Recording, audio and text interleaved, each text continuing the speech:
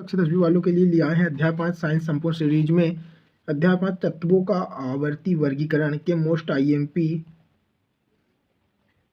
प्रश्न उत्तर ले आए हैं हम हिंदी मीडियम वाले बच्चों के लिए। तो चलिए वीडियो को शुरू करते हैं। तो पहला क्वेश्चन आ चुका है, डोबेराइनर का त्रिक नियम क्या है। इसका आंसर देख लेंगे। डोबेराइनर के समान गुण रखने वाले तत्वों को उनके बढ़ते परमाणु द्रव्यमान के क्रम में 3-3 के समूह बनाए जिन्हें डोबेराइट के त्रक कहते हैं। तो डोबेराइट जो वैज्ञानिक था उसने परमाणु द्रव्यमान के आधार पर तत्वों के 3-3 तत्वों में समूह बनाए जिन्हें क्या डोबेराइट त्रक कहते हैं। उसने एक नियम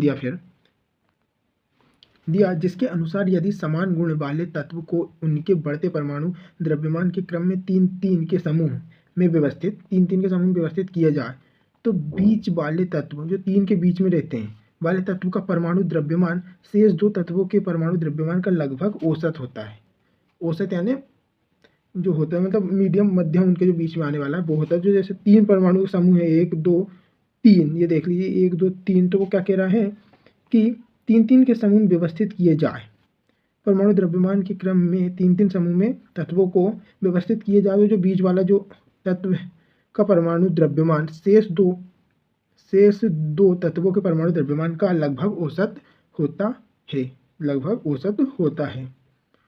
तो ये हो जाएगा। फिर इसके बाद नेक्स्ट क्वेश्चन, न्यूलैंड का अष्टक नियम क्या है। ये भी आईएम क्वेश्चन है। तो देख लीजिए न्यूलैंड का अष्टक नियम, यदि तत्वों को उनके बढ़ते परमाणु द्रव्यमान के क्रम में व्यवस्थित किया जाए तो हर 8वां तत्व समान गुण रखता है। तो इसका देख लेंगे कि यदि तत्वों को न्यूलैंड का अष्टक नियम कहता है कि यदि तत्वों को उनके बढ़ते परमाणु द्रव्यमान के क्रम में व्यवस्थित किया जाए तो जो हर 8वां आने वाला तत्व है वो एक समान गुण रखता है।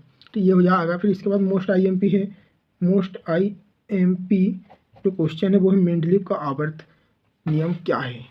तो इसका आंसर देख लेंगे। मेंडलीव का आवर्त नियम, तत्वों के भौतिक एवं रासायनिक गुण उनके परमाणु द्रव्यमान के आवर्ती फलन होते हैं। ये मोस्ट आईएमपी क्वेश्चन है दोस्तों, आता है 2 नंबर में। तो क्या है, एक बार और पढ़ के देख लेंगे। तत्वों के जो भौतिक व रासायनिक गुण हैं वो उनके परमाणु द्रव्यमान के आवर्ती फलन होते हैं। ठीक है।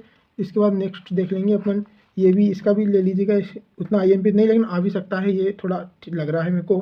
फिर इसके बाद नेक्स्ट है आधुनिक आवर्त नियम क्या है।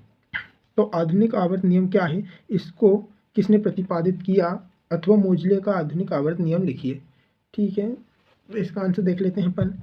आधुनिक आवर्त नियम,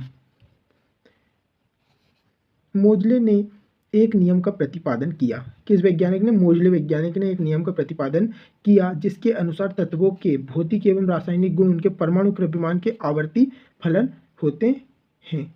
तो यहाँ पर मेंडलीव का जो आवर्त नियम था वो क्या कह रहा था कि परमाणु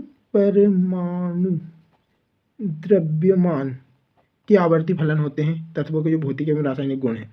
लेकिन जो फिर मोजले आए वैज्ञानिक, तो उन्होंने क्या बतलाया कि तत्वों के आधुनिक आवर्त का नियम आधुनिक है ना, तो उसमें तत्वों के जो भौतिक एवं रासायनिक गुण हैं उनके परमाणु क्रमांक के आवर्ती फलन होते हैं। यह नियम आधुनिक आवर्त नियम कहलाया।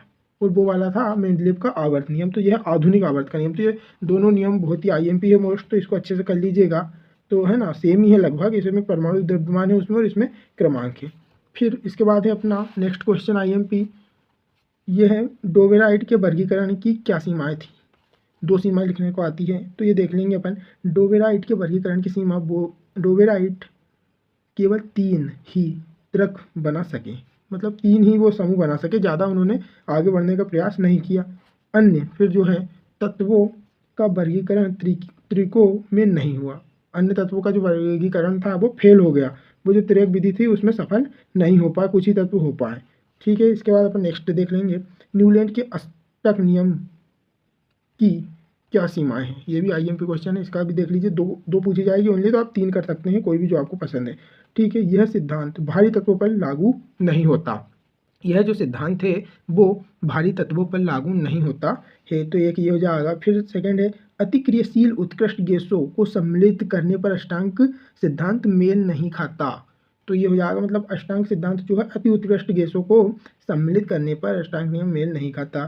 फिर तीसरा, कुछ असमान तत्वों को एक साथ रख दिया गया है। कुछ असमान, जो समान नहीं है उनको भी एक साथ रख दिया है न्यूलैंड ने।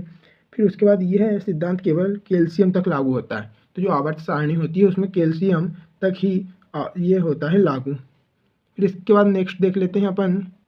तो नेक्स्ट आ चुका है, आधुनिक आवर्त सारणी द्वारा किस से मेंडलीव की आवर्त सारणी की विविध विसंगतियां को दूर किया जा सकता है। तो जो आधुनिक आवर्त सारणी के नियम है और मेंडलीव की आवर्त सारणी के नियम है उसका कंपैरिजन करना है।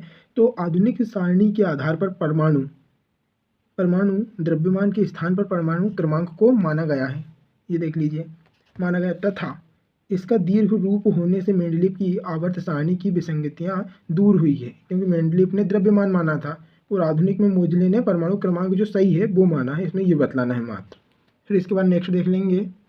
नेक्स्ट एवं लास्ट चैप्टर के दोनों ही मोस्ट आईएमपी क्वेश्चन है, तो इसको और पढ़ लेते हैं और कंप्लीट हो जाएगा अपना ये चैप्टर, चौथा अध्याय भी, चौथा पांचवा अध्याय भी। तो करते हैं कंप्लीट। संयोजकता की परिभाषा लिखिए, ये मोस्ट आईएमपी 2 नंबर में अक्सर पूछी जाती है और 1921 में भी आ चुकी है। तो संयोजकता, किसी तत्व की संयोजकता उसके द्वारा किसी रासायनिक यौगिक अथवा अणुओं की रचना के दौरान उसकी संयोजन क्षमता होती है। तो संयोजकता जो है किसी भी तत्व द्वारा, किसी तत्व की संयोजकता उसके द्वारा किसी रासायनिक यौगिक अथवा अणुओं की रचना के दौरान उसकी संयोजन क्षमता जो है वो संयोजकता कहलाती है। इसके बाद समस्थानिक से आप क्या समझते हैं? तो समस्थानिक, एक ही तत्व के वे परमाणु जिनकी परमाणु संख्याएं समान होती है, जिन तत्वों की परमाणु संख्या जो है समान होती है परंतु द्रव्यमान संख्याएं भिन्न होती है, समस्थानिक कहलाते हैं। जैसे कि 55-17 क्लोरीन तथा 37-17 क्लोरीन समस्थानिक है। इसी का एक क्वेश्चन रह गया है, इसमें दिया नहीं है लेकिन वो भी आईएमपी है, तो इसका ही विपरीत रहता है, वो संभारिक किसे कहते हैं? तो संभारिक में जो है परमाणु द्रव्यमान समान रहते हैं, परमाणु द्रव्यमान संख्या भिन्न भिन्न नहीं, ये समान रहते हैं उसमें, और परमाणु संख्या असमान रहती है, तो इसको ही उल्टा कर देना है थोड़ा सही से। ये परमाणु द्रव्यमान समान रहते हैं और परमाणु संख्या असमान रहते हैं। तो आज के लिए इतना ही दोस्तों, आशा करता हूँ वीडियो पसंद आई होगी, और किसी प्रकार की कोई भी दिक्कत परेशानी हो तो आप कमेंट कर सकते हैं। जब तक के लिए जय हिंद, जय भारत।